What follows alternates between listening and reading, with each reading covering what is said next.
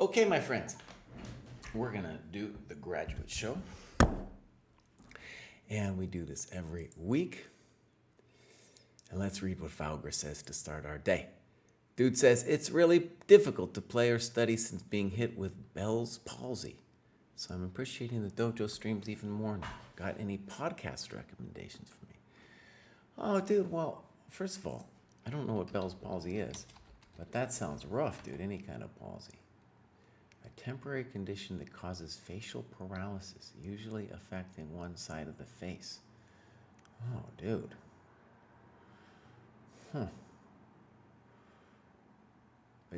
Is it something you think is going to go away?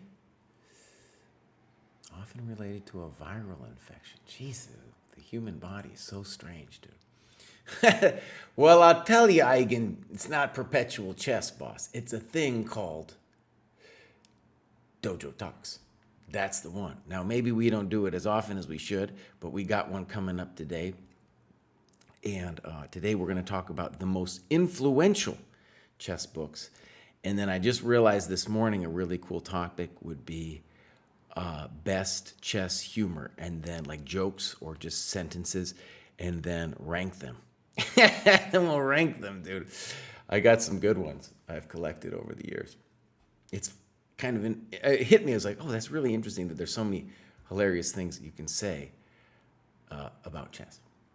Okay. I go here. Not sure here we go. I got some good ones. All right, so we're on the YouTube as well. I'll try to keep track of the chat. We're gonna go now scoreboard, not scoreboard, newsfeed. And then we go view all. Let me just make sure this looks correct, looks good. And I guess we'll start at the bottom, traditional. Where is Kostya? I don't know where Kostya is. And you know what's weird? Well, I do know kind of where Kostya is. He's in St. Louis. But what's weird is I, set the title for all this stuff. And then the Go Live notification said, titled Kostya. Maybe I have to go inside of Twitch to fix. There's so many things you got to change around. Okay. First up, we got Shamant. Let's check out Shamant over here. Oh, yeah, this is cool. So, dude joined fairly recently, and you can see that Shamant is busy. Shamant is busy. Now, I have a question for you guys. Well, first, let's see if I go activity. See, when I go activity, it kind of shoves his thing a little bit to the side. You can still see it. But what I was thinking, okay, when you look at his activity, for example, you can see that it's mostly tactics. So don't you think it would be cool that instead of just like a yellow, that it would reflect the colors of what you've done, right? And there could be like some green, some yellow, and some blue in there if you did all three in a day. So for example, I've done for the last couple weeks just games and analysis, so mine would just be yellow or orange, however you want to call that color. And then before that, I was doing like the woodpecker book, so that'd be tactics, so that'd be green. And so that would let me see at a glance just what it was that I was doing. And then it would be really cool because then I could see it over the whole year. Do I think aggressive gambits are good for improving?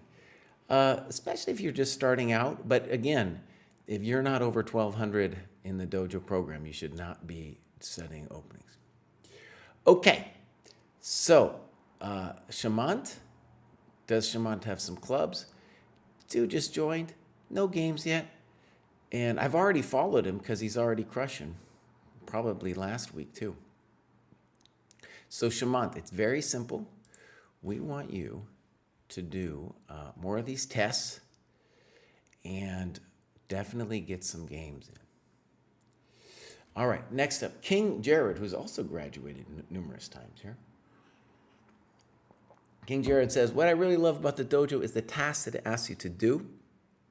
It has really given my chess journey a direction.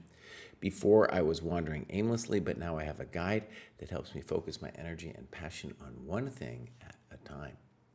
Beautiful. So here's King Jared, graduating numerous times with the Lichess.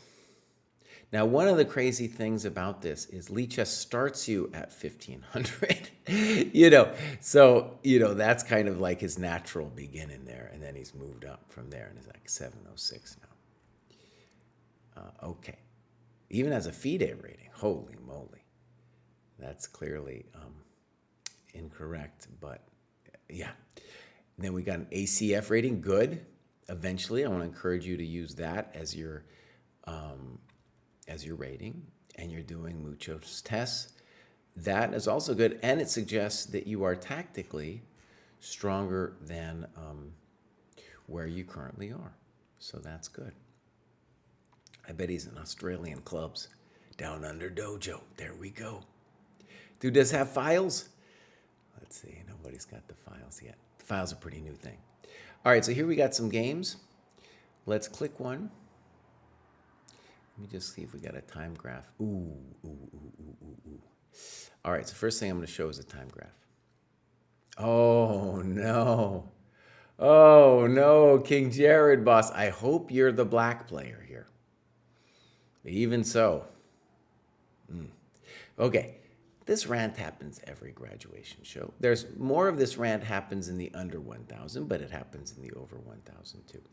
People, especially when they play online, are not using their time. It's a world of distraction, and to avoid getting distracted, oftentimes people just are all in, and it's like a blitz game. If they think too long, their mind starts wandering.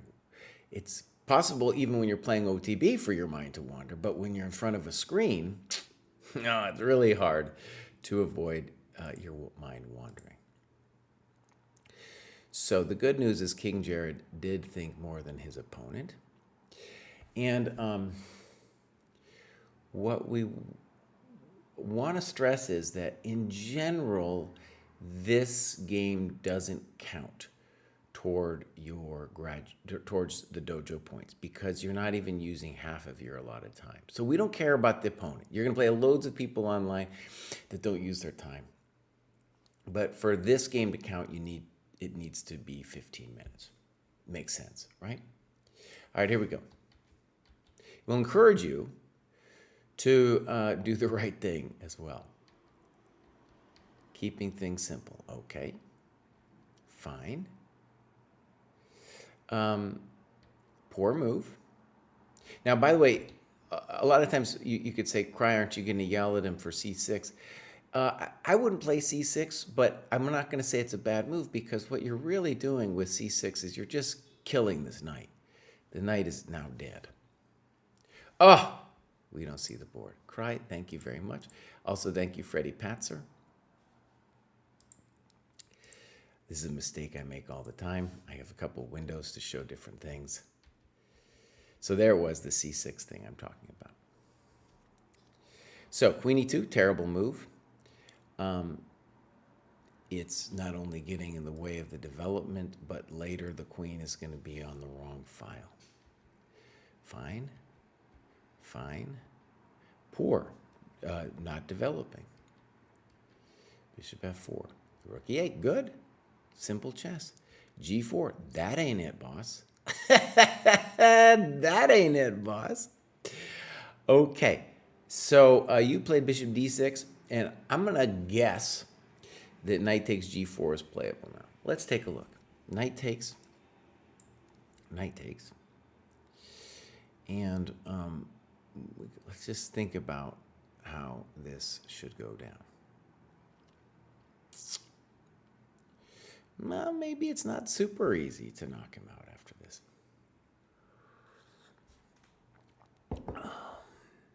That's a good coffee I got today. I guess then... Actually, I'm going to go ahead and say this is complicated enough that we shouldn't bother with it. So, simple and strong. And now knight takes g4. Okay, so here you missed a little pin. And now we're just going to get his business. Very nice. We're going to get more of his business. Now this take is a little bit scary because rook g1 is happening. So, yeah, I still think it's fine. I think it's fine. It's just a little scary. That's not it. Good move. That wasn't it. Thank you. Thank you. Bishop takes. Thank you. Thank you. Thank you. Okay. So now I feel like my opponent played way too quickly. And he says, I also played quickly, so I definitely need to improve that as well. Now, if you are under 1,000, okay, it is completely acceptable to have this. It's better to play OTB, but it's completely acceptable for that first run up in your improvement to be online. And when you are online, you're going to play loads of these fools that don't think at all. Loads. You know, they're just going to be littered. The carcasses are just going to be laying off the...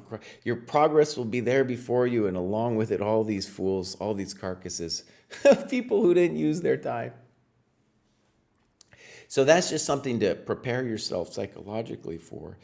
And we actually had a question at the dojo about, like, well,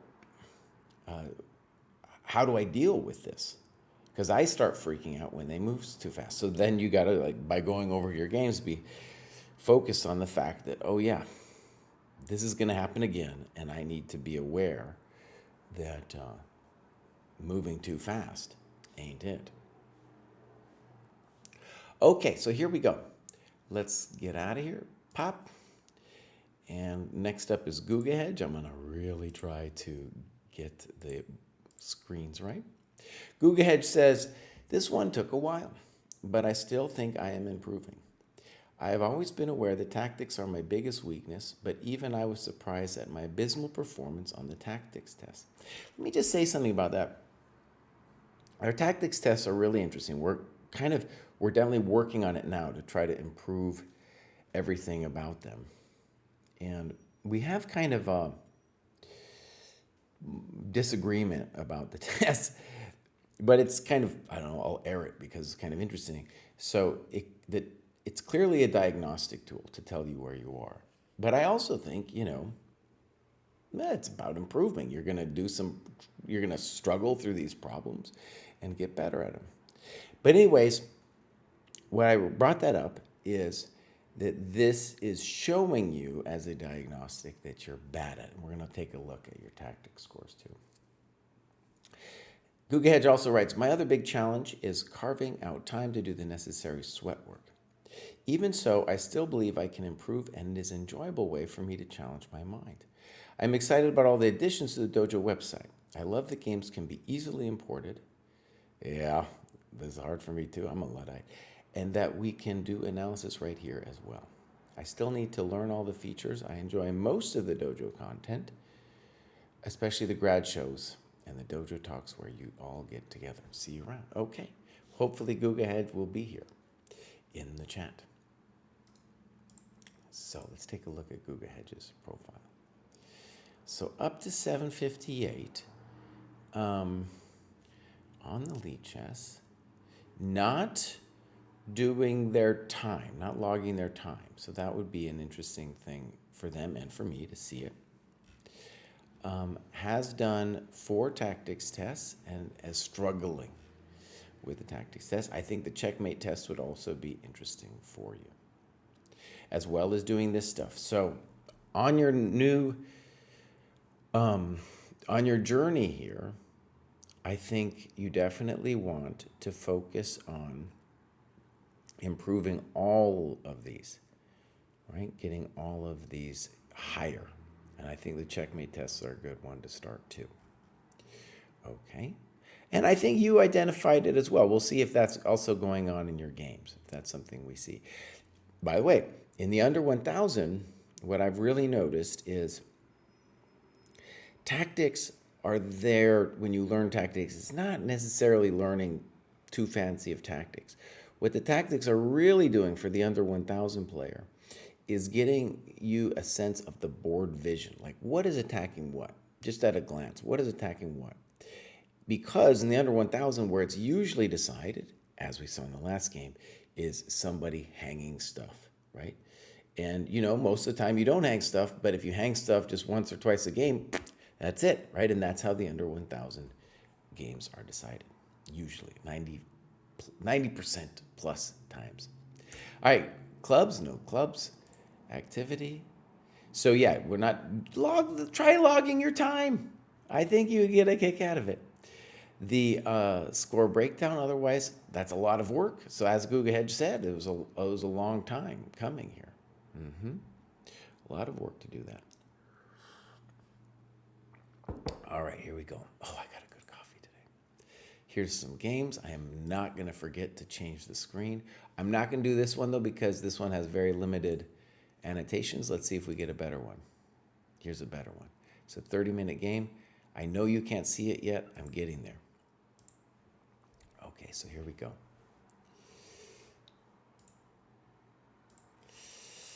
All right. So let's get into this. Google Hedge. The times weren't imported. I think we need like an FAQ on that.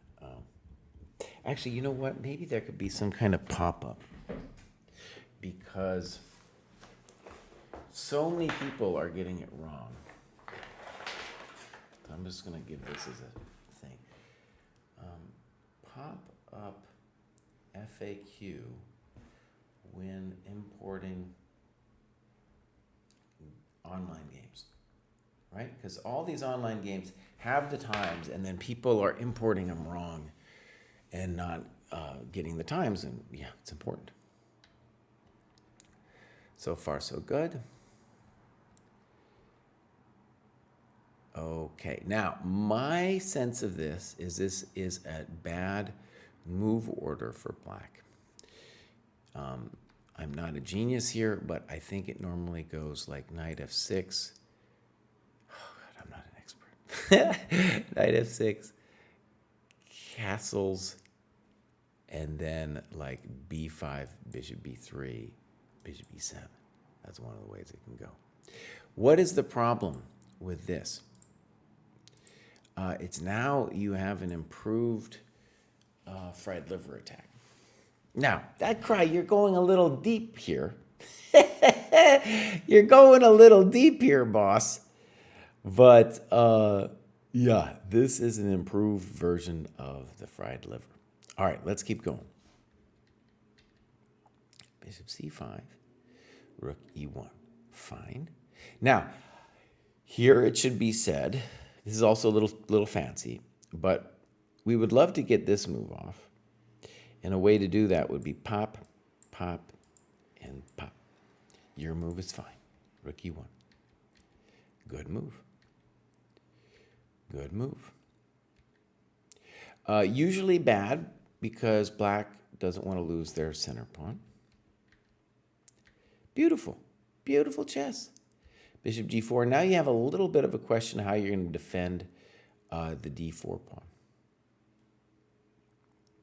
Personally, I would like to play, I think, bishop e3. You played here, and now if you wanted to, he could crush your center with bishop f3, because this pawn is undefended. This is what I mean by an awareness of squares. Rook e8, and then e5. Ugh. Well, yeah, I don't like it, but you're already, so let me just say, this is an example of a position where white is doing amazing, but it's a little bit hard to know, to play it well. And even for me, I'm finding the position a little bit difficult because my bishop e3 was actually probably a chump move because of bishop c3 and knight e4. So it wasn't that easy. Kraai. Jesse, wasn't that easy. Maybe we got to do bishop g5. That might be more to my liking. Yeah. But the point is we have a strong center, And we have to try to maintain that strong center. Not necessarily an easy thing to do. Okay, bishop f4, rook e8, and what he should have done, I think, is takes, and knight h5, but honestly, it's going to be hard to stop that anyway, right? When you break, he should now be better. Let's see how it goes. de5, de5, knight h5. And you write, clearly I'm having trouble annotating the variation. This variation was supposed to be after e5, and now I am lost. In any case, I decided to trade queens instead of retreating the bishop. But you're not lost. You might be worse, but you're not lost. Lost is too much. That's too much.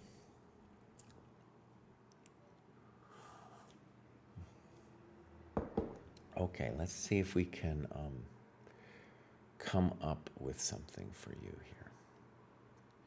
You traded and played rook e4.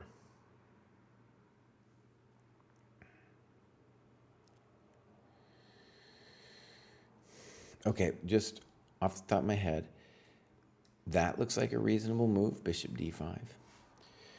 We might be able to get away with something similar with queen d5. Excuse me, I didn't mean that.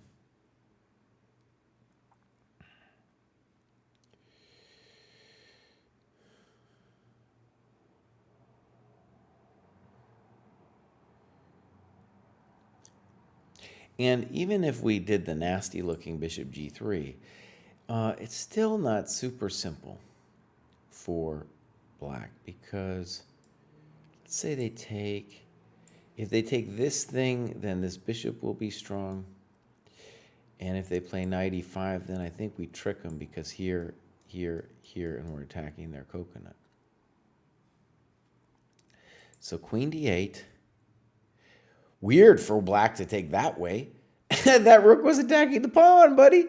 What are you doing? And now rook e4. But you didn't, see, now you don't need to. You play bishop g5 now. Poor move. We got to wonder, doesn't bishop f5 separate you from your coconuts? Right? Because he's threatening this thing. And then knight e7, you say bishop g5. Excellent. But look, the bishop's hanging. The bishop's hanging. Okay, so let me say some obvious things. It's not tactics, it's seeing things. As I said, under 1,000, it's not about advanced tactics. It's about people not seeing things. Black, in his turn, their turn, isn't seeing that the bishop on b4 is protected, right? Or not protected.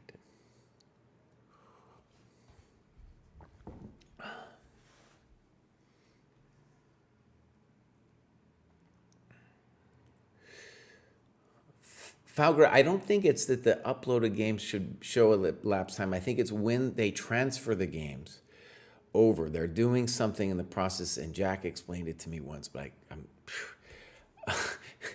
he explained it to me once, but I didn't really understand. But in any case, if there's a pop-up that says this is what you have to do, this is why it's going wrong for you, then I think it would work out. All right, bishop g5, rook e8. And terrible move. What does he got to do? He's got to play bishop f3. So rook e8, rook g4. This isolates my pawn, but not material, absolutely. That isn't going to save his troubles. Okay. Okay. Okay. Okay, good move. That isn't it. Thank you. Thank you. Fine, fine, fine, fine, fine. Oh, there we go. This is looking great. This is looking great. You had other ways, but this is nice and clean. Should they have resigned? Probably. But, you know, the under 1,000, you're going to have to mate them, buddy. You're going to have to mate them. Okay. So, I thought that was pretty good. And Guga Hedge, I want to stress that I agree you should be doing more tactics, but I want you to see it's not Really like let's say when you do tactical puzzles, let's say everyone's first chess workbook, there's going to be a bunch of things about forks and pins. And the thing you should see about that is that's all important. But what's really deciding your games is stuff like the simple rook takes b4. Your opponents are also blundering it, right? So like that is the ticket to plus 1,000, you know. And then obviously there's things too, like if you spend more time, you're probably going to see it, stuff like that. But that's like the grip on the board that you're going to need for making the next progress. All right. Oh, I got to mark as red. I forgot that in the first game. Oh, Kraai. Let's just keep going. Go back, change your scene. And now TJ says, having someone show me what books to start with and to analyze my games and play slower really helped. I started mostly with Blitz, but I've completely stopped and I'm doing much better. Cool, let's go check out TJ. Give TJ a follow. 32-year-old grad student working full-time. Former Army officer from Oklahoma. Okay, nice. Beautiful, beautiful. Oklahoma kind of has a chess scene with the Berry brothers. We had 2 U.S. championships out there. I played a couple tournaments, Tulsa, Stillwater, back in the day. Okay, and as you can see, my friends, this is a beautiful illustration of a busy person's time graph. Because you can see in the summer, there was kind of an absence. There maybe is on vacation, going fishing in those Oklahoma lakes. One thing also I just tell you as a tidbit of dojo, the use of the dojo, we're finding, really drops significantly in the summer. Like just significantly drops off. And it's depressing for us, but I think since we understand it, it's like, oh, and then now, at least if the pattern holds, now there'll be an increase in the amount people use it. Okay, so we got one tactics test done. That would help if you did more. Yeah, give you a little bit more information. And we got 707, beautiful. Nice graph, by the way, look at that. Very strong and steady. Clubs, the Army Vets, nice, okay. Let me just see who's in the Army Vets Club real quick here. Okay, amazing. So we'll go back. Actually, you guys can't see it. It's a little bit lame here. Anyways, Think and Act Beyond, Wrenches and Benches, Miyamoto, Wolfson, XPD, great club. So now we're going to go activity. And so it took TJ 56 hours of brutal work to get where he got. Looks like mostly games and analysis, which is fine. Now, let's see if we get a game here. We got one. So we're going to click this one, pop. And let's see if there's a time graph. No time graph, same thing. So now we'll go over here and we'll go game review. I thought this was a nice game, so I put it up. Sue me. We're going to sue you. All right, here we go. Yeah, all right. Fine. Okay. Nice. Okay, so this is a standard trick. You know, I have a feeling this is why the London is so popular. There's just one trick, which you don't really get that often. But I think this is the one trick that like makes London really popular at the lower levels. It's kind of like the Queen F7 mate, you know? Boom, good. Beautiful. He's a feisty boy. Yes, he is. Fine. Okay. Good. Okay. No, I don't. Okay, that's actually, honestly, you've played perfect chess so far. And I just want to stress, this is the first move that I have any problems with. Of course, you're still winning. Don't worry about him taking the bishop. Don't worry about that at all. So what is it time to do? It's time to castle. Yes, he's going to get the knight back. And if you want to, you can steal another pawn. That's fine with me too. But the most important thing is you're efficient with your movement. So bishop b5 just loses a tempo. Good move. h5, I don't know. Doesn't he want to go to e4?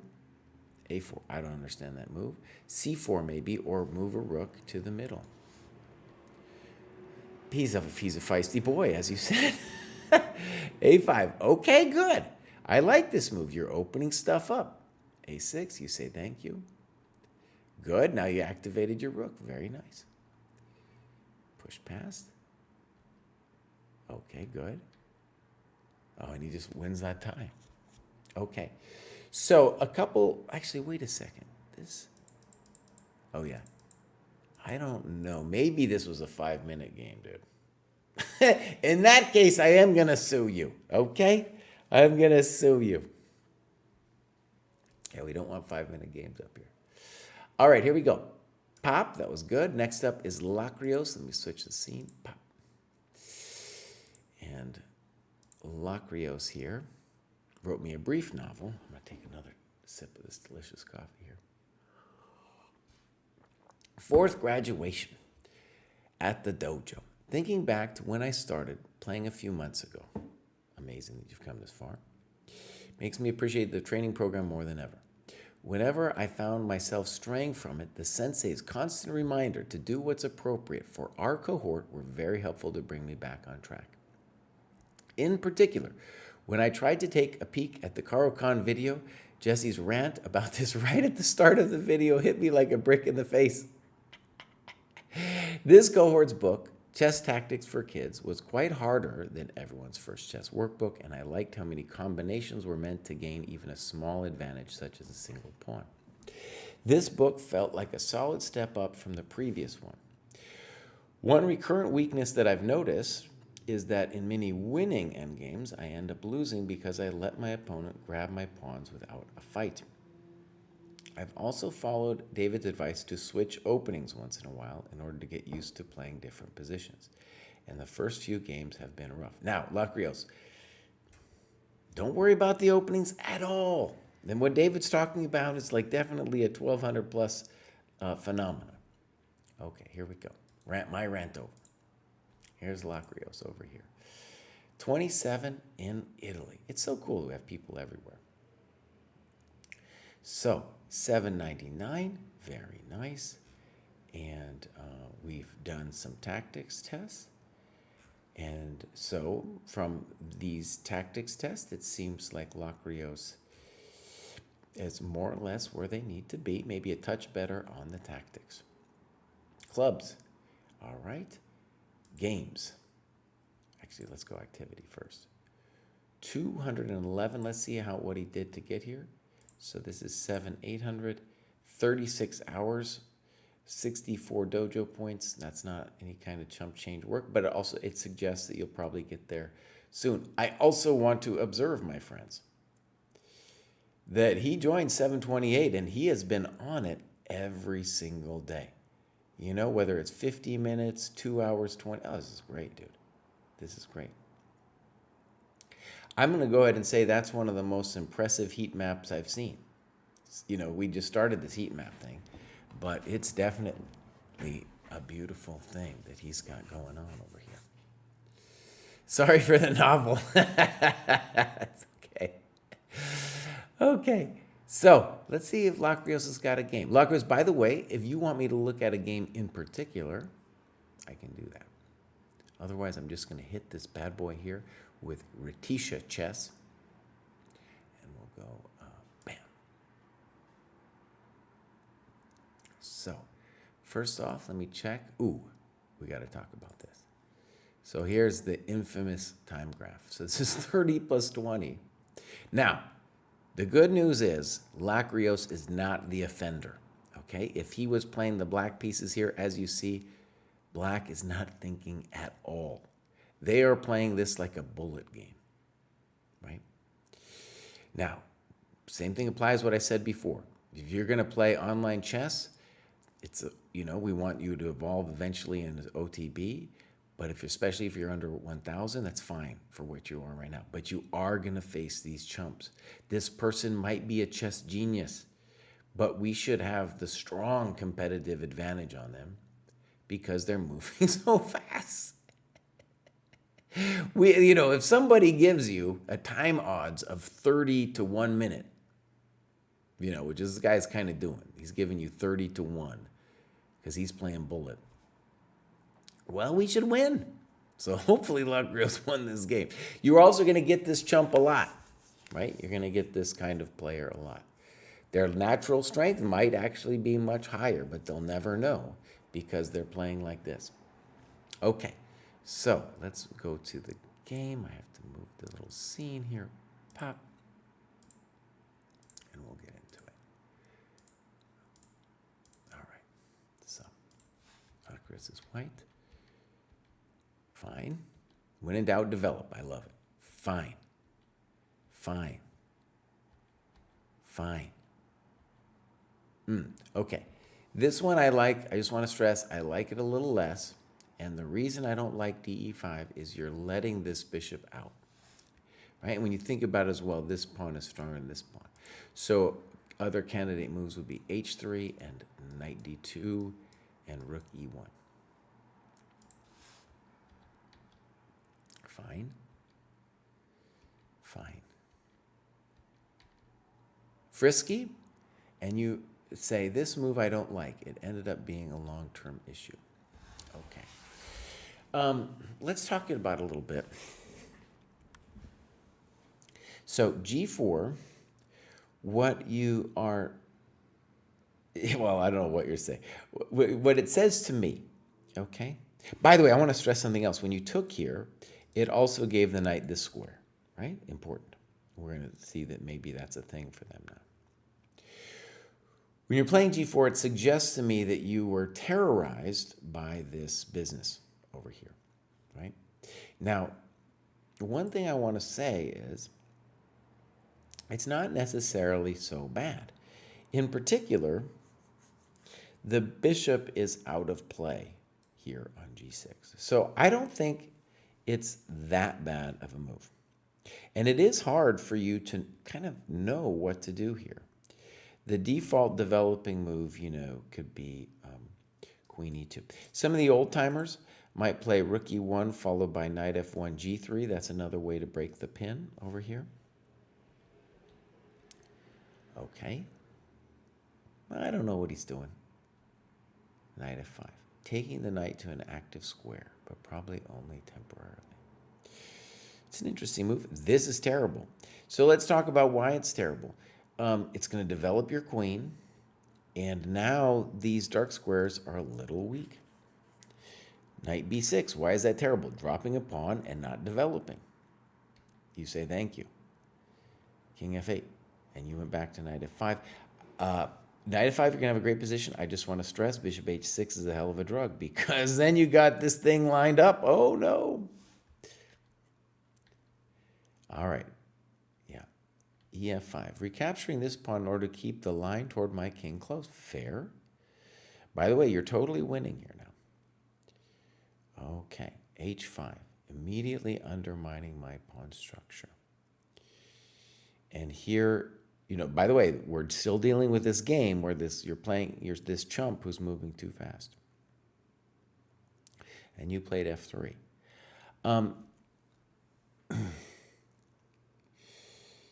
Let's just talk a second.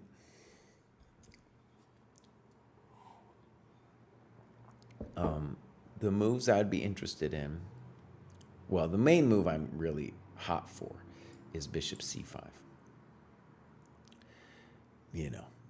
Lighting him up. Now, this is going to lose instantly to Queen G5. King E8 is the only question. And, I'm then interested in Queen G5, but it's a little complicated because on Queen G5, maybe he does that to me, right? And then maybe I'm a little worried about this. I get it. It's a little frightening. So let's go back. I want to stress I very much believe in your position here. I do not believe in the black position. Are you still winning after f3? Maybe, but it's really concerning me because he's going to soon bring his knights into the game.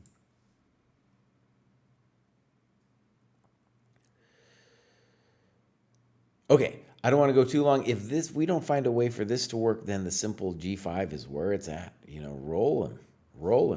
All right, f3, rook d8, g5. So notice the f3 move was completely unnecessary, right? Rook g8, bishop c5, check. This was done in order to remove a defender from g7. Now, let me just say the natural move for you here would be like king h1. Okay. Takes. Oh, no, that's too beautiful of a bishop. f2. What about king h2? 97. g6. Oh, that's frisky. Now we got ourselves a little bit of a hot situation. He goes knight f8. It's hot now. It's hot. Now, you played king f1, and I got a lot of questions. Why are we hanging the pawn? First question. So the first thing I'd be interested in is ye old queen g5. Because here you're setting up this, and this. Rook e1 next. Oh, and look at this move, though. Bang! Oh, no.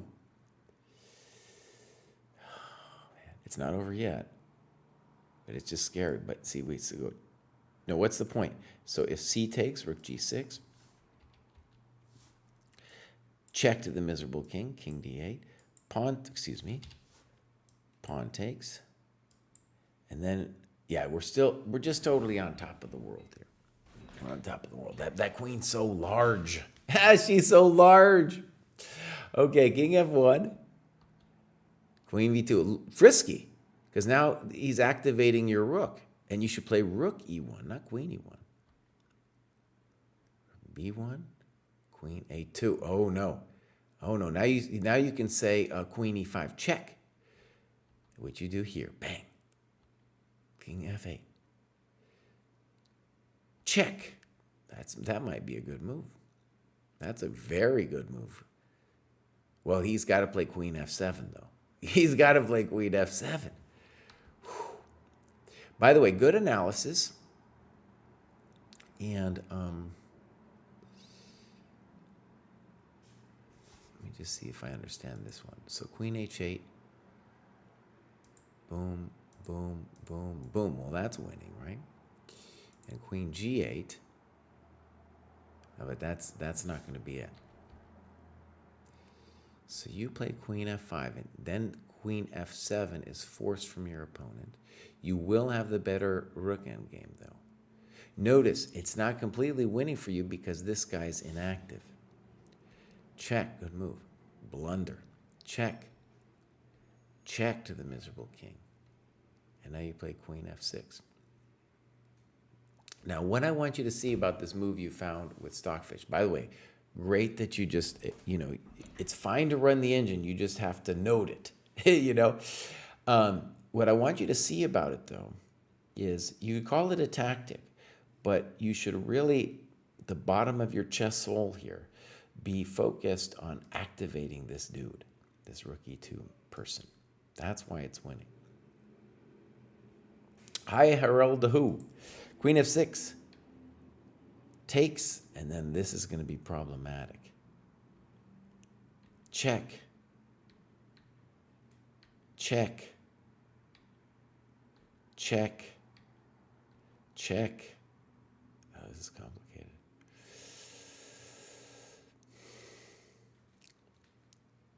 Okay. Rook d4. It looks like you're still winning this. Oh, no. This is so unfair.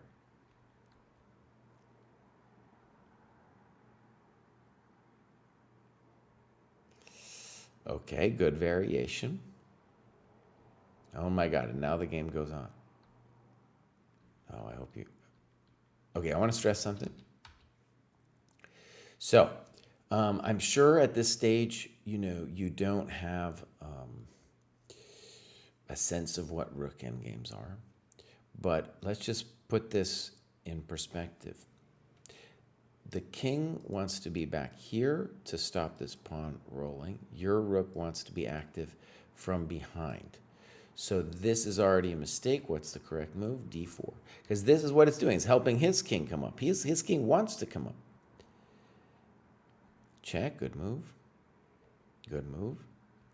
Okay, now you're fine. Good. Check to the miserable king. Uh-oh. That's our blunder right there. All you got to do is bring this rook over. So now you blunder your rook. Oh, and this chump beats us? Ah. It is painful. It is very painful for me.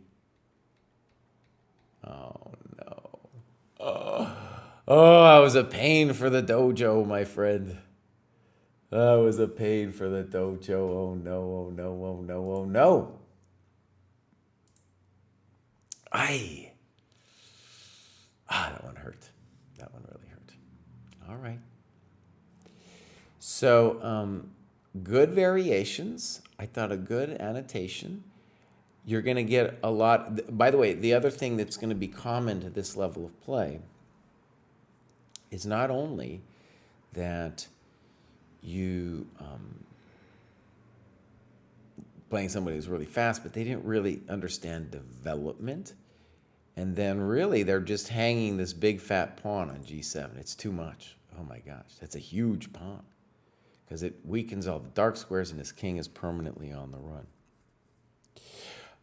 So nota bene, g4 wasn't the real problem. You were crushing him here. Okay, yeah. Lacrios is in the chat, doesn't know how to make those endgame work. That's fine. You can learn. That's the thing. You go over and you think about just basics. Where do the kings and the rooks belong? And that will be your guide when you come to playing those positions. Look again at this time graph. Oh, by the way, let me say one more thing about the time.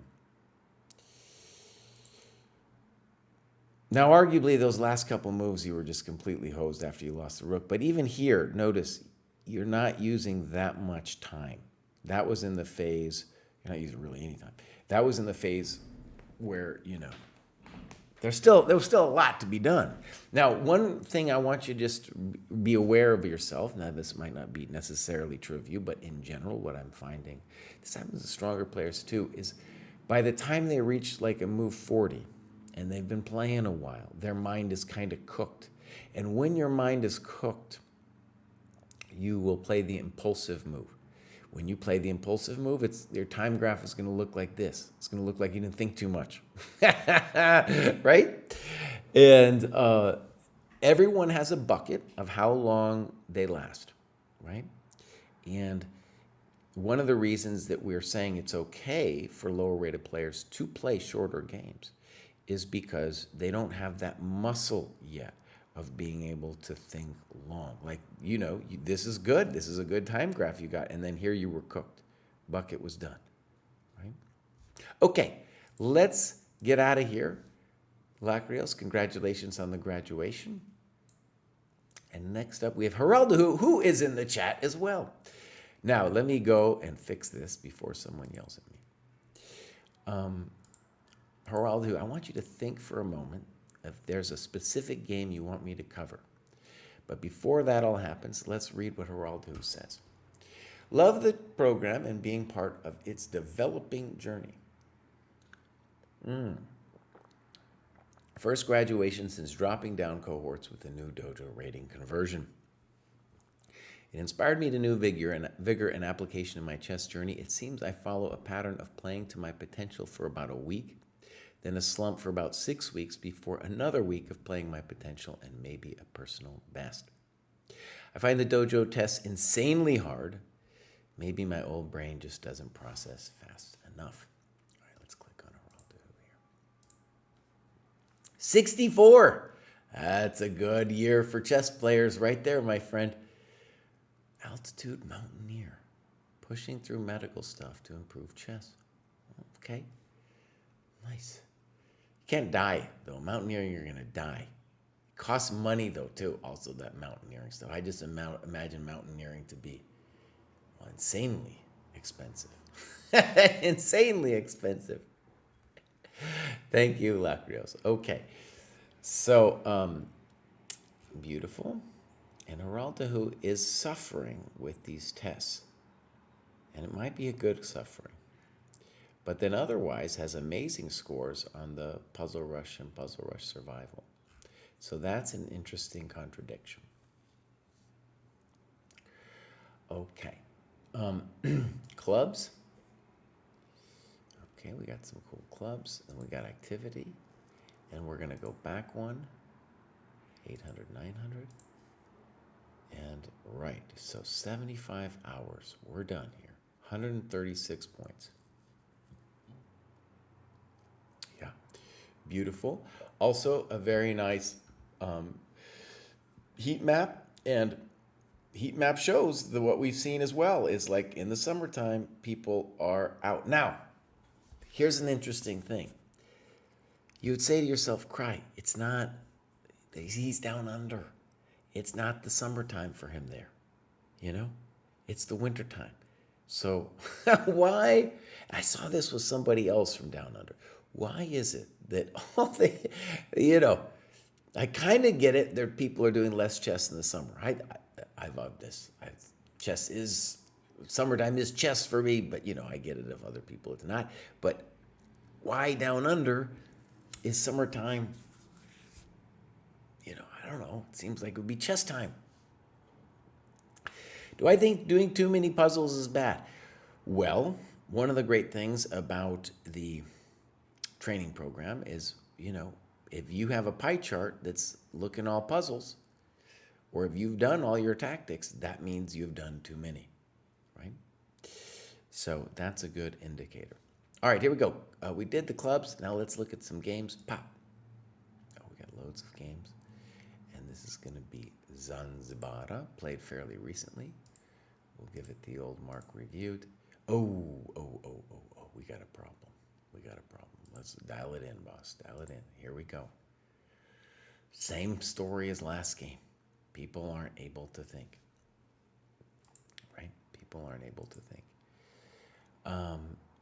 Now, I believe our hero is black. So, yeah. It's bad no matter how you look at it. Maybe it was 25 move prep. It's bad no matter how bad you look at it. And he writes, at move 26, I was moving as if it were a 10-0 game. I also realized we were well into an evenish endgame that needed careful thought, so I slowed right down. My opponent was playing too fast and ultimately made a fatal error that gave me the game. Now, let me just check something real quick, because somebody asked about this, and maybe this was Geraldo. I have a terrible memory for this kind of thing. So if we go Sensei questions, was it Geraldo? No, it was actually the Leviathan who actually, talked about in their question the immense psychological pressure of when you're playing some chump who's moving way too fast. All right, let's get into the game. So let's just say it. It's very obvious that clearly just telling ourselves that we need to be moving slower isn't enough. One of the key reasons to go over your games is to not just identify what the problem is, but to kind of deeply meditate on it, right? So when we're going over the games, we're looking at the times. We got to be like, oh, right, this is something not only I'm doing, but these chumps are doing as well. And once I really understand that, really dig deep into that, right, and realize it's not just a thing of recognition, but habit, then I'm going to crush these fools. I'm just going to kill these random players online. All right, so here we go. Boom, boom, boom, boom. Boom, boom, boom. Fine. Weird. Fine. Weird because he's not developing. All right, so now you got the nice development advantage. Simple chess. Little weird. Now, here we're gonna laugh at you a little bit, okay, Geraldo? Because you say I thought about the exchange on A3. No, you didn't think. You play this pretty quickly, buddy. Okay. Now, do I have what? Yeah. So first of all, the thing that you should realize, okay, is that the knight is misplaced on A3. And yes, you can take him. But what I want to stress is the decision is not to take or to play A6 like you did. Okay. The decision should be, do I take or do I castle? Because when you play it, this knight has no business here. If he plays knight b5, you can play a6, and he's not going anywhere. He's not doing anything. Now, I guess he wants to play knight c2, and then I don't know where to go. Maybe over here or something. I don't know. So I think a little more thinking would have told you, oh, he's not actually threatening knight b5. Now, to take is interesting, and maybe queen a5. And that might be a key move to see. The point being here that you don't have to worry about the doubling of the pawns because that's crushing.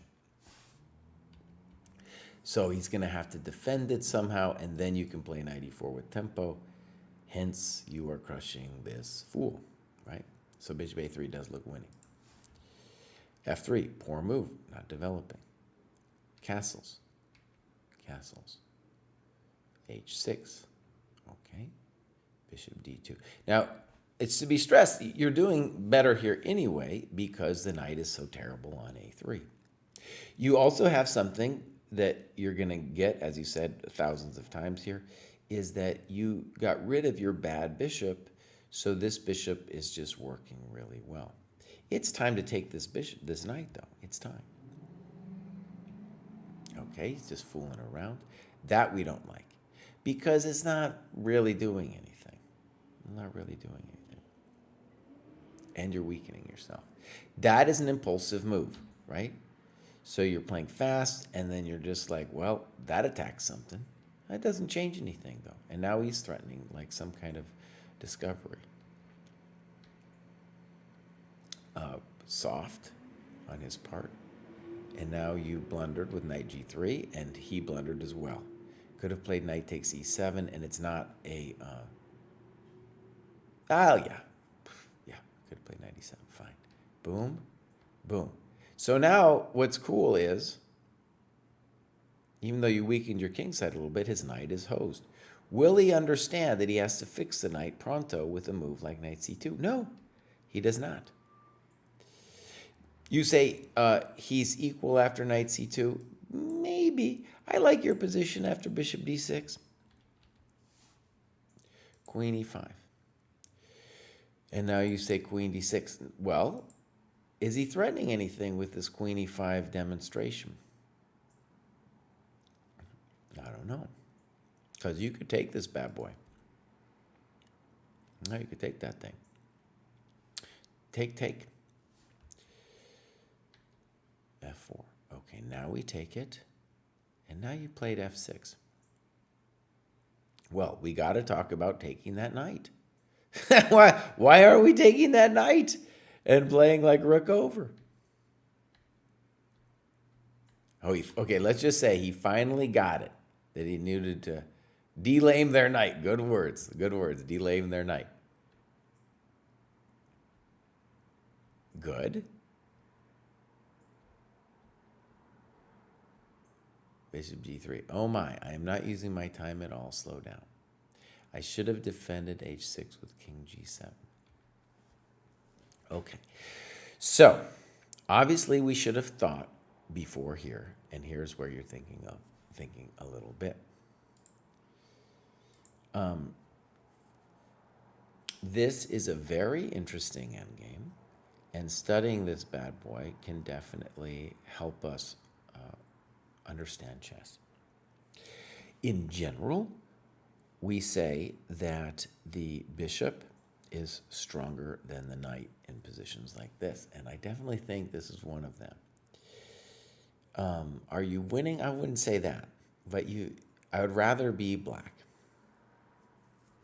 So a variation maybe to write about here is king g7, king f2, and then you ask yourself, well, now what? That's the interesting question, right? So maybe h5, king g6, or maybe in fact better, king g6 directamundo, leaving the question for white of what to do, right? And then maybe, study this a little bit out. Bishop g3, check. King f8. Steely determination to not make any game-changing mistakes. Well, why wouldn't we play king g7, though? I don't get it.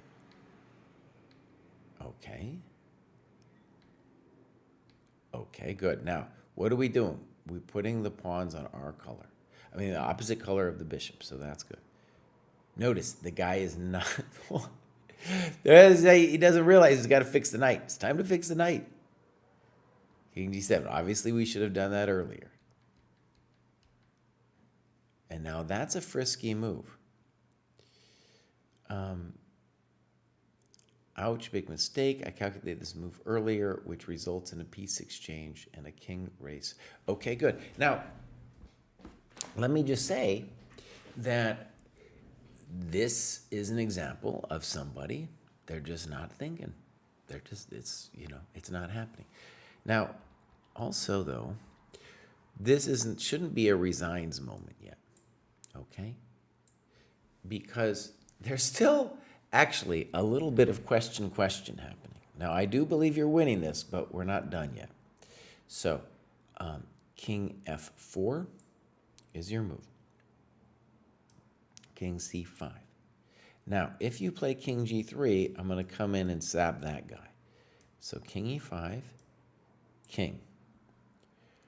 Now, you got more than one move. I think that's a good move. Pop, pop, king.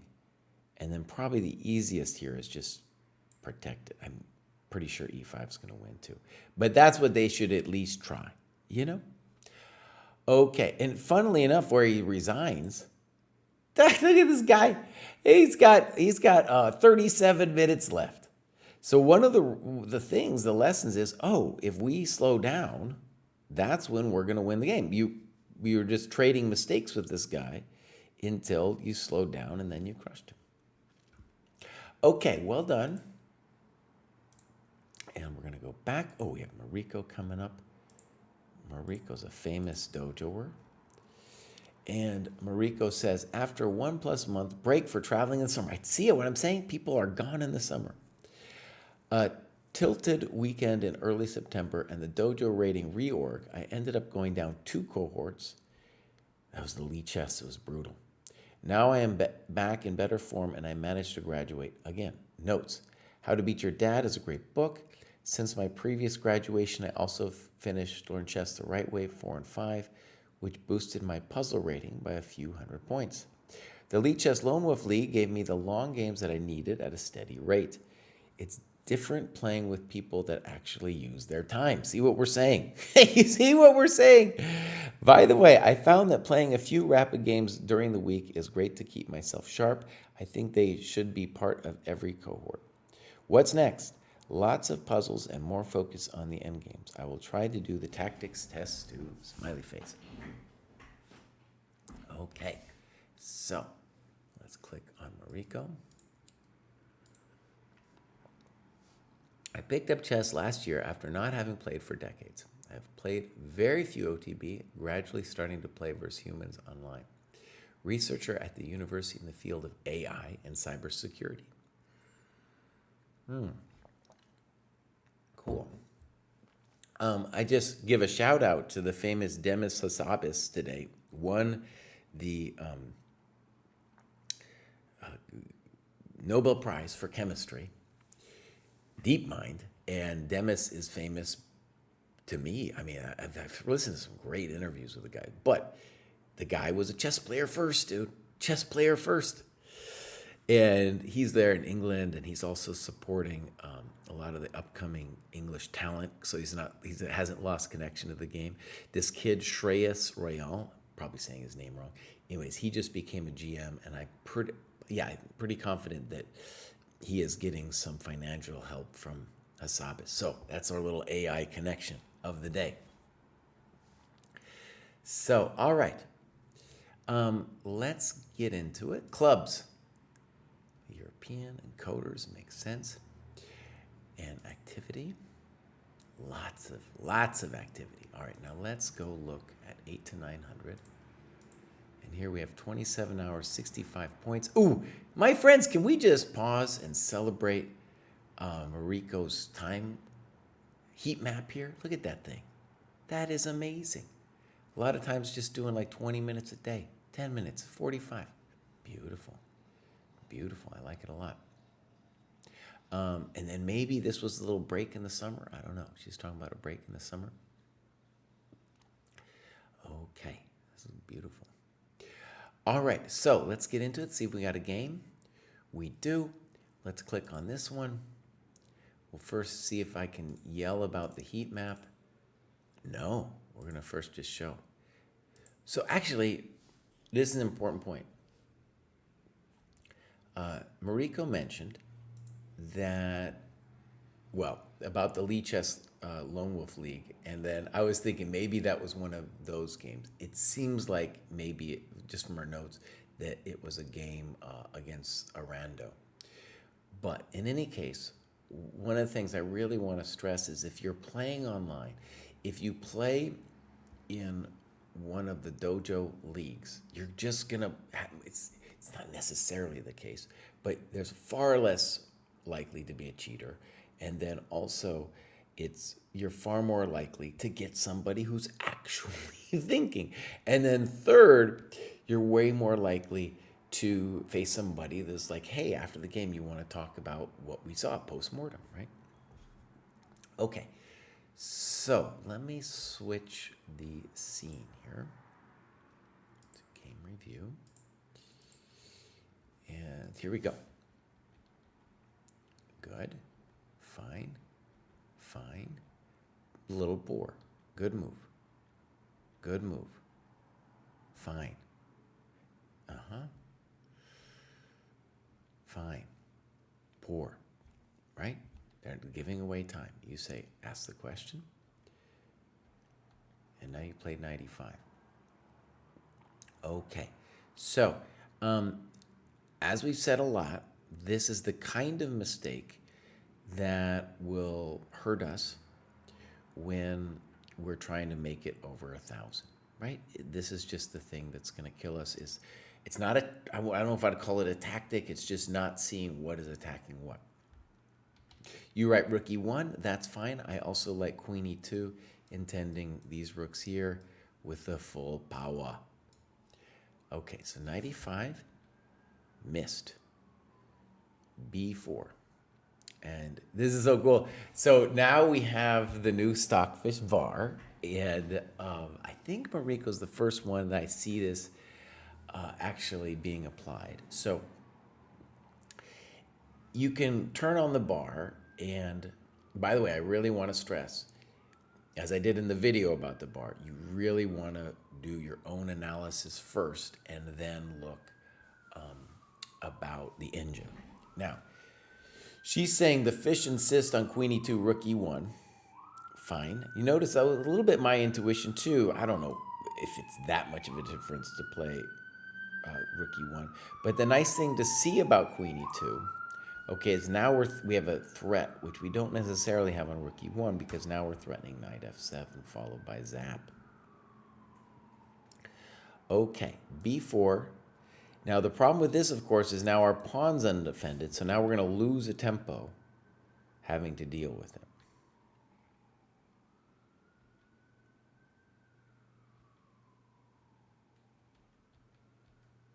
I don't know. Taking on e3 is definitely a thought for them. Snippos. I think taking with the queen makes sense, but also taking with the pawn so that the bishop is out. I don't understand why this trade hasn't happened yet. And you play queen d2. Why wouldn't we take on b6, right? Damage their pawns. You say this is equal. I'm mostly okay with that. Here I felt that if I had any advantage in development, it has disappeared after the exchanges. Now let me just be a little dogmatic. Bishop e6, fine.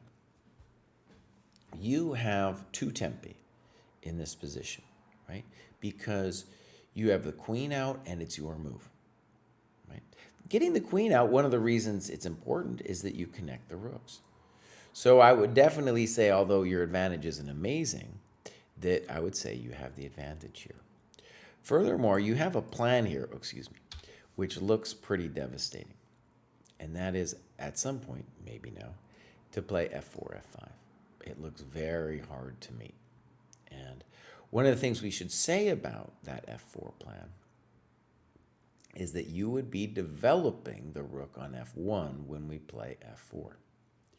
So rook 81, not a bad move. a5, a little weird. You push past, fine. Here, and now we really want that f4. a4. We want f4. Nice! Okay, here it comes. Bishop d4, and now you played rook b1, maybe. I want to put the rook here, and just the intuition is it's time to roll, baby. It's time to roll. But rook b1's not bad.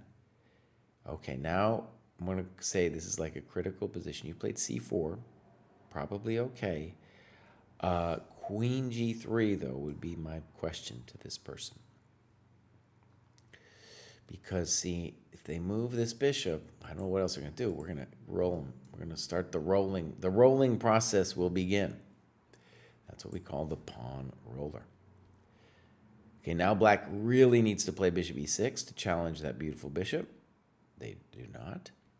Good move. Weak, doesn't do anything. Rook d6. Here I started to run out of ideas. You're looking great. Look at that rook. Look at that rook. Passive. And now you played bishop d3. And you say, I am pretty sure trading the bishop wasn't that good for me. I thought about rook fd1, but I couldn't see a way forward. Okay, so let's talk about this. You're doing great, and we need a plan. Really, maybe also you could say a way to create threats. I think it's really important that we first realize there's even if it's black's move here, they're really in a bind. Because look at this. We got this beautiful bishop. We got this beautiful rook, pinning that one down. If they ever take this rook, we're gonna get a passed pawn, right? So that all looks great. Queen g3, threatening rook h6 is a move. And your move, bishop d3, I don't like it too much because your bishop is already now looking at the f7 pawn. But it is true that when they take, your queen is here and your f-pawn's ready to roll.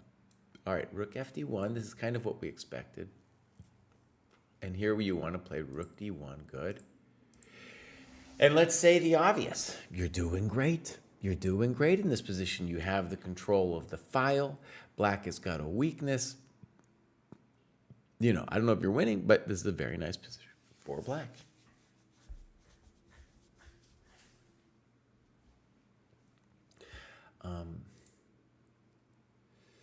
Yeah, beautiful position. Okay, so here we go. Pop, pop, pop.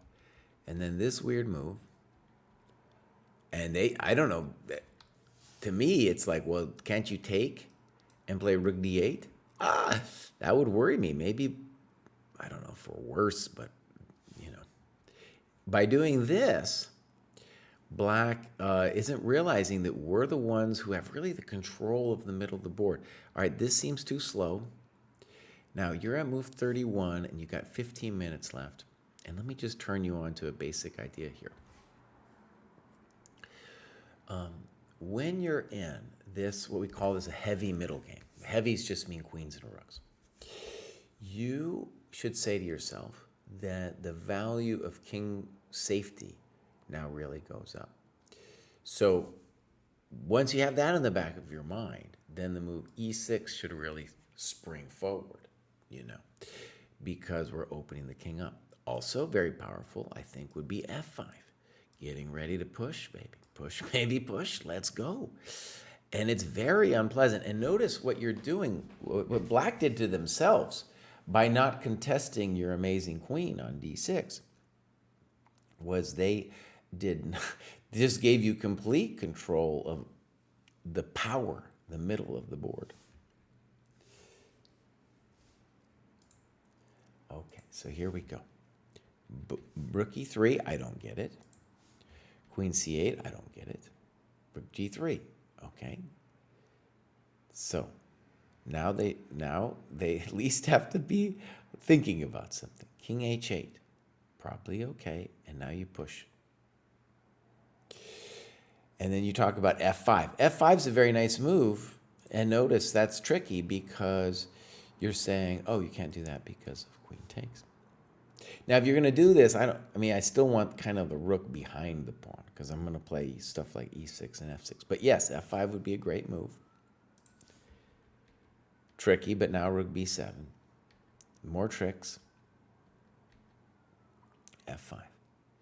So what happened? I just want you to see that you kind of came up with some tricks, and then the tricks ran out, right? That's kind of the way this went down, and then it looks like we're losing some coconuts here. Check to the miserable, and now I guess we're lost. Oh, God. Yeah, this guy blundered here. So, well, okay, let's have a little sympathy because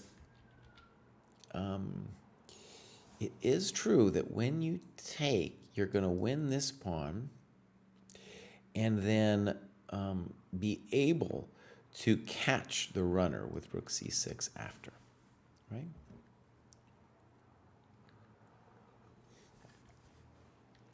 Okay. But then this is a very nice move. Your opponent probably missed it. If your opponent was moving a little slower, they might have seen him. And now you say white is clearly better. Well, let me say something. Yeah, this one you're either winning or you're not winning. I'll put it that way.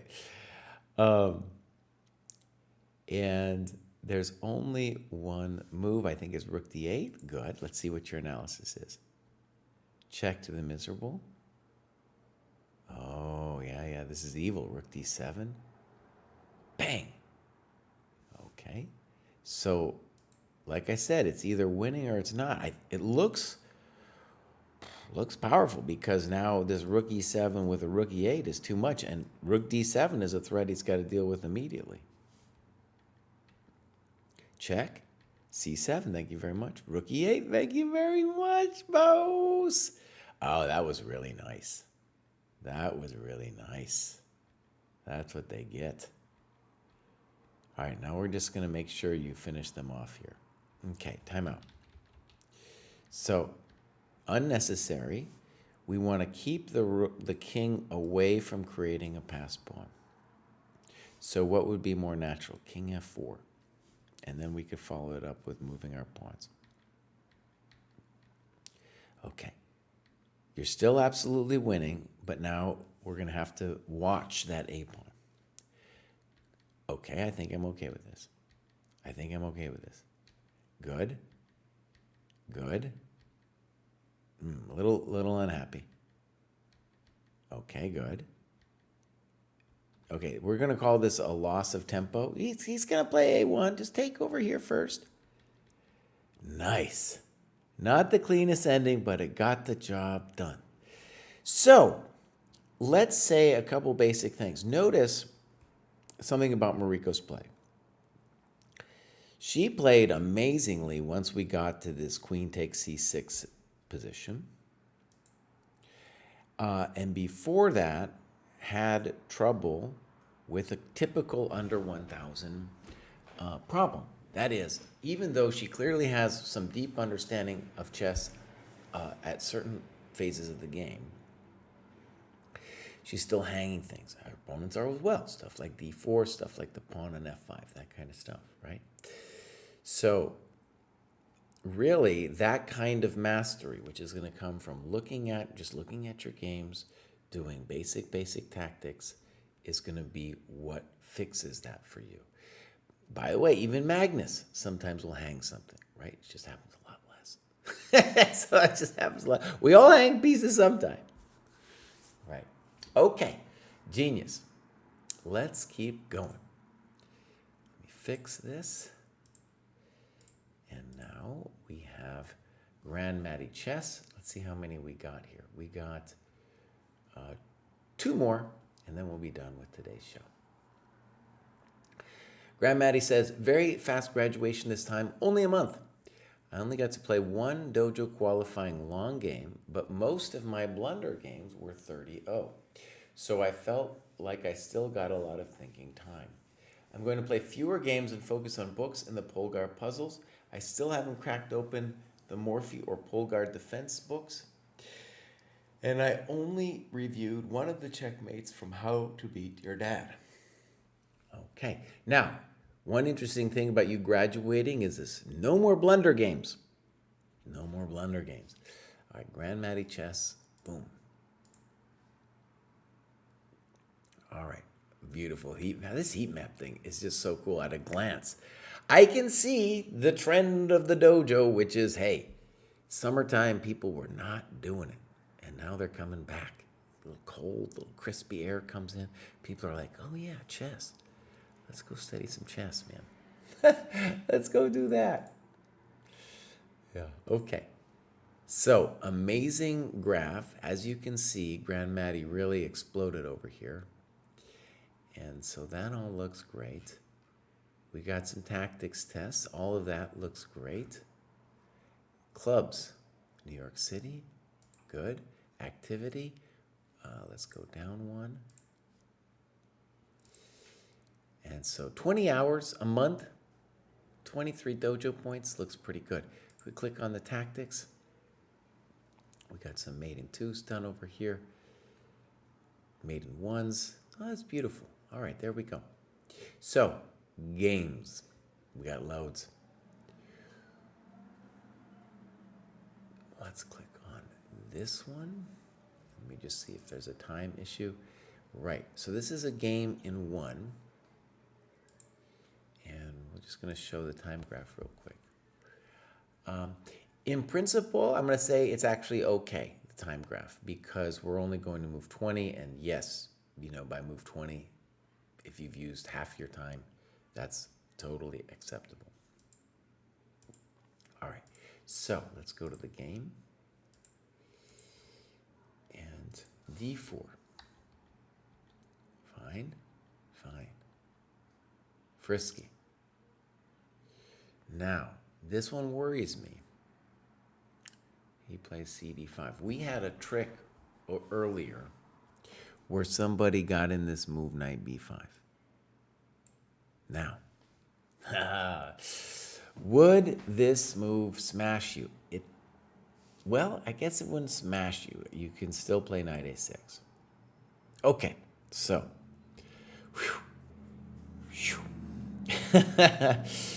CD5, ED5, E3, knight C6. Okay, so now we're hoping that on knight B5, queen A5 doesn't hurt you. I mean, that queen A5 saves you. I don't know. To me, this is frightening. It's very, very frightening. Mamma mia, as the song says, You might be able to survive this somehow. Queen takes, king D8 or something. King D7, maybe. Okay, H3, obviously terrible. One of the things we know is that you're going to get this a lot. By this, I just mean somebody not developing. Boom. Fine. Poor, not developing. Poor, not developing. This is going to be one of the things you're going to face is people not developing. Good. Bishop E2. And you right after knight E4. I forgot that my knight's guarding my pawn here. I was focused on trading knights so I could play d takes e4. That would make it hard for white to get its knight out.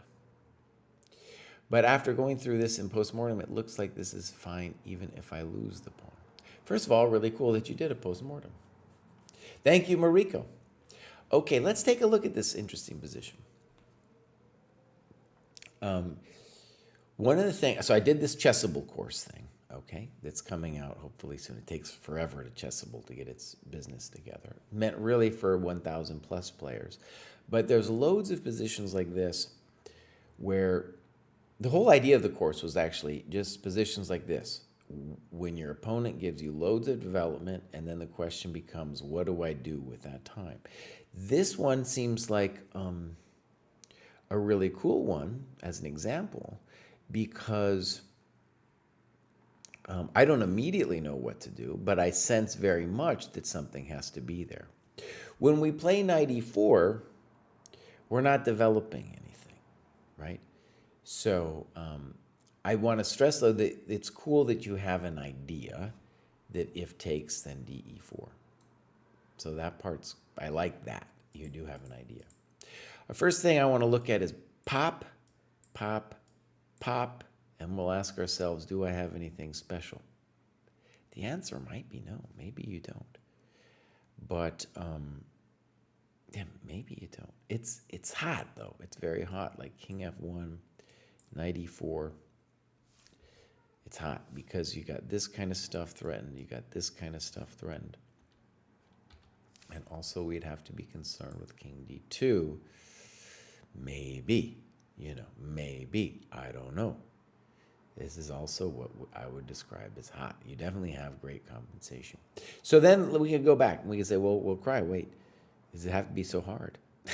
Does it have to be so hard, buddy? And our default move, I think, should be, first of all, our default move should be bishop f5. Just develop, Yeah.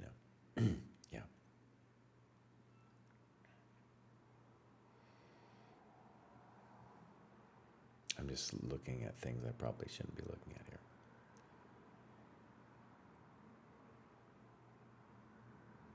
Okay. Knight e4. Knight f3. I think the guy should play knight f3. I think taking the pawn is suicidal because he's down so much in development. And you write about bishop g3. Yeah, you got to be doing great. He's down too much time to spend more time taking pawns that opens the position. So, snip, I think knight f3. As I said, I think that's the question I have about knight f3. Just knight e4, excuse me. Then he castles next. So d e4, good. Now you've created a problem for him. Bishop c4, okay. b5, very clever. However, while it's clever, if he just moves the bishop, have we really accomplished anything? I don't know. And you right here, after a5, you were like, I don't know what to do. Well, let's take a moment. So the key thing for us, right, is going to be, how can we create threats, and in particular, create some threats where dude is not going to be able to castle short. That's our main goal. Stop him from castling short. So to me, the natural move would be queen f6. So what is our only concern? Our only concern is what happens when they try to castle. We'll figure out other things if they do other things, but we just want to stop the guy from castling. And so that would be my brutalistic way of stopping dude from castling, right? Because we have castles, bishop h3. All right, so here we go, b5. A little funky. What should he be playing? Knight e2. All right, not developing. Finally developing. Okay. Knight e7. And this one, I don't understand because he's got bishop e4, right? So then plain blunder, castles. How long did they spend? They spent 3 minutes on it. So as we said, okay, getting above 1,000 is all about not hanging stuff. And this dude hung some stuff. Good? Good. Very good. All right, there it is. There it is. I got to drink something here. Some water, some iced coffee. Enjoying the day. I'll throw out a question. Maybe someone has some thoughts. What do you think are the most influential chess books of all time? That's going to be our podcast today. I am pumped up about it. All right. I'm going to hit reviewed. I sometimes forget. Now we're going to go to Ilario, but first we're going to change the stream. Think like a GM. Now, JD Chess is interesting because when you think about most influential, that book, Think Like a GM. Well, actually, excuse me, I'm not sure which book you mean. Yeah, which book do you mean? Because there's a couple that kind of sound like Think Like a GM. There's Evaluate Like a GM. And then what was the one? Think Like a Super GM. That was another book out there. So, yeah, which one do you mean? The Kotov book, that's the one you mean. Yeah, I think the Kotov book, it's not on my top list, but you know what? We're going to mention that today. Okay, so let's get into this, and we have one more graduation. Tomorrow, we're going to do the rest. Right? A pretty big show tomorrow. So right now, his name is either Yario or Ilario, and he says, happy to make my first jump, but what happens if I lose my next game? Do I go back down? No, but if you lose a bunch of games, then you can go back down. I would imagine I just stay at the next cohort until I graduate from there. Great program so far. Takes the thinking out of what I should study. Sometimes you want to demote yourself. It can happen. I demoted myself. I was in the 2400 plus, and I was like, oh, I've had some bad results. It hurts me. And I didn't do it for a while. I was like 10 points below for a long time, and then I had a couple nasty results, and I was just like, boss, got to do it. Kostya demoted himself too. Rook Endgames, Levin Fish and Smyslov. Nice. I love the Levin Fish and Smyslov book. It's definitely a great book. It's really hard for me to say that it's the most influential. Again, I'm not asking for the best books. I'm asking for the most influential.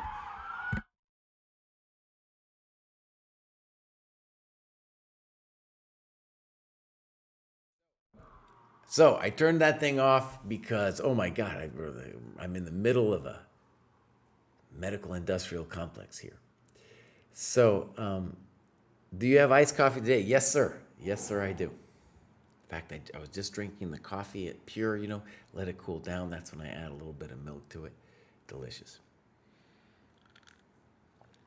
Okay.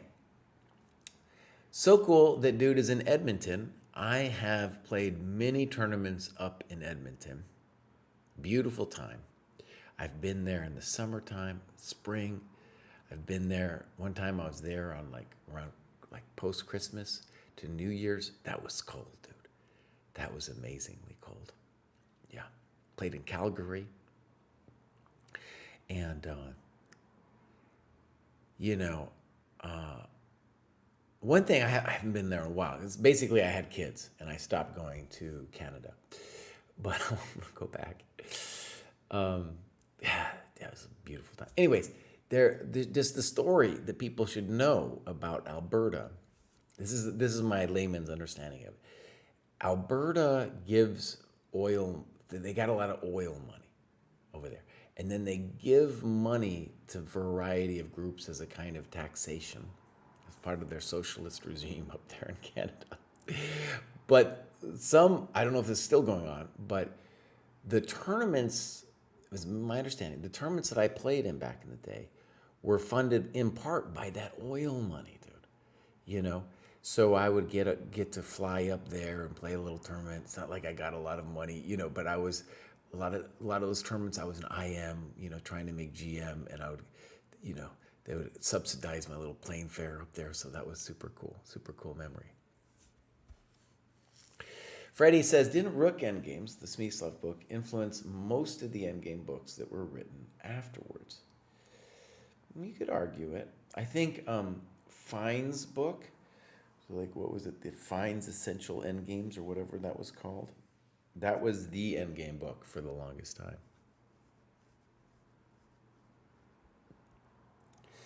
My System, I think My System is it's hard to argue that that isn't number one of the most influential. Okay, so Lario, dude, let's get some time up here. That would be cool to see that in the heat map. Now, I want to ask, if you're listening to this, buddy, I want to ask a special favor.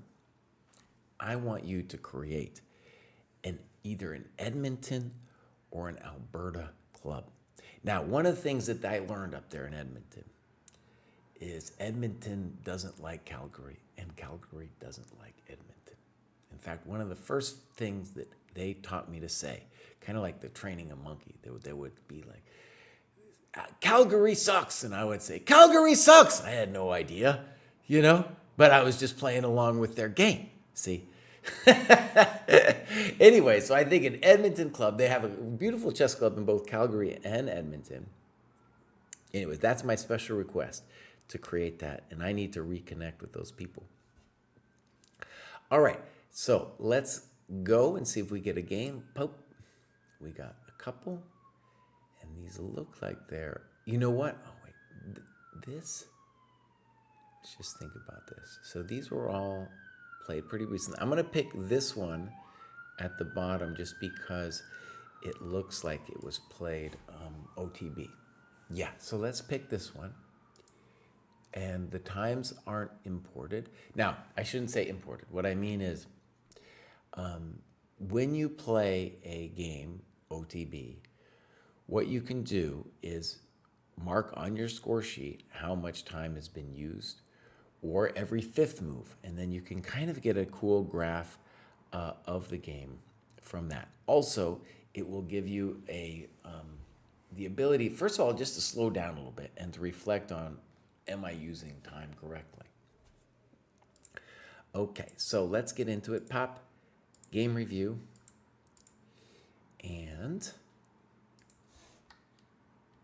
boom, fine, fine, fine.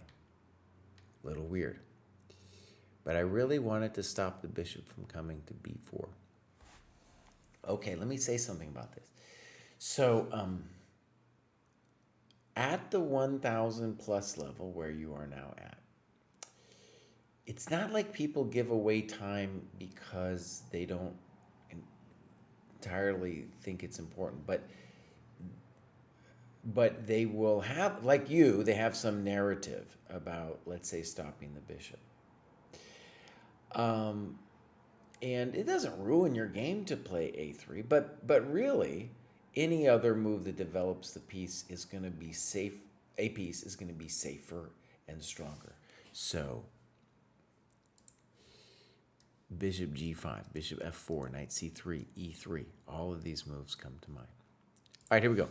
a3, a5. So this is a classic thing where your opponent doesn't get it and plays reactive chess, right? So they think, oh my God, I have to stop b4 from happening. And here's where, if we had the clock times, it would be interesting, because if they black played it instantly, it would be like, they were just like, oh, I gotta stop it. I mean, that's obviously what he's doing anyway. A5 makes no sense. Good move. Good move. Good move. Okay, knight e4. Snip, snap. Fine.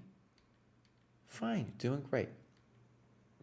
And now you play b4, which I don't really like. Maybe eventually b4, but first things first, you need to play bishop e2 and castle. All right, so he does this, maybe rushed. Good. Good. I'm happy that you castled. And here you're right. At this point, I wasn't exactly sure how to attack. Pushing either the b or d pawns creates a weakness on c4. Although my thought at this point was that the f1 rook belonged on a1. Now, I have a lot of sympathy with saying that the rook on f1 belongs on A1. And here you played C5, which is very frisky. Definitely, first thought needs to be Queen A7. You know, you're doing things there. You're talking to him. C5, and now they kind of trust you, Bishop B7. Why? So let's just try to figure it out. So you're saying that on takes, you're going to throw in this move? I'm assuming.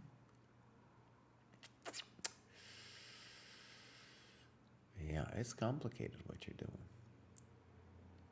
And you're also saying that on E4, you're going to throw that in. But why is it so necessary for us to play C5? Okay, let it go, Kraai. Let it go. In any case, this wasn't good. Bang, good move. Good move. And now you said, check to the miserable king. So that you don't have to worry about E4. Good. Good. And now this is their critical moment. And they play Queen D8, which can't be it. The real questions are what is going to happen on DC? Oh, excuse me. You did this way. What is going to happen on like any of these takes, right? Those are the questions that are bugging me right now. Pawn takes, for example. What's going on? I'm not entirely sure. So a variation there would be good. You now said snip. And you said snip. And you pushed. The choice was to go for the win with a passed pawn. However, black has a passed pawn too. Who is going to execute first? Who's going to get executed? B5. Now, we have to like your position more because black's king is worse. Both have to fix their kings. Now, this move I'm not a huge fan of because you could win a tempo with bishop E6. All right, here we go. Bishop C6, rook D2. Don't like it. He's not ready. His king is not safe. G3. Rook C2. This, according to the computer, is a blunder for white.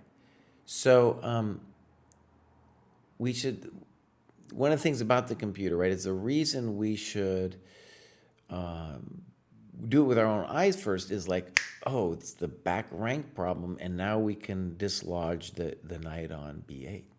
Good move. Good move. And we should also lovingly laugh at black a little bit because black has put their rook in front of the pawn instead of trying to get it behind the pawn. Thank you. And now you just have to get back in time. Okay. Now, this one I'm not entirely loving because now black can tempo that business. Or maybe you have an ingenious thing. Hold on. C2, I did think you have an ingenious thing. Your ingenious thing now should be to play bishop B3 exclam. So that when he moves, you take it. You don't take it until he moves. Of course, you could play rook C8 next. But really, we're just waiting for him to move. So rook C8, rook B1, fail. He could play rook D1. And now maybe you're still winning. I think you are, but we didn't want to lose our bishop, and that's our key move here, rook B2. Rook belongs behind the passed pawn. Just show briefly, this one you should tell yourself you're going to win because you have the active rook. It still requires some work though, right? Okay, rook B1. Thank you very much. Good job. And now they don't resign. Gotta be a little careful here. Oh no! Oh God! I have no words. The most pain I have ever felt after a chess game. I haven't had a loss that has felt as bad as this draw. Any other move was winning. Ooh, man. Man. All right, I'm going to read a couple comments here. Yagimi said, I'd expect any books by early chess champions would have a huge influence, or books that predate first chess championships even. Well, it's funny. Just because you write a book doesn't mean people are going to love it. Speaking from experience. Yeah. And really, I would say the first book written by a champion, though not a world champion, that was very influential was Tarash's 300 chess games, 300 Schachpartien. Then we don't really have a book where I would say the next book that's written by a champion that's highly influential is New York 1924. But that book, I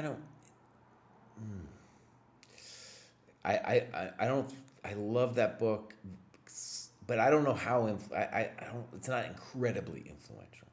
And then the books that are written by champions that are very influential, I would say, is definitely Tall Botvinnik 1960 and 60 Memorable Games by Fischer.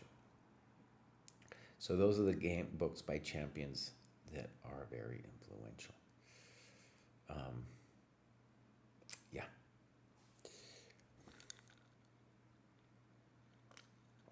Nimzovich. In Nimzovich, my system, Nimzovich says, not to waste time rubbing a smudge off of our nose. That's right. Tempo fiend. That's fun. I'm sometimes known as a tempo fiend. All right, you know what else? I get to play one, not a lot. I get to play one game, dude. Just one. 3 games. I play 3 games and then I'm out.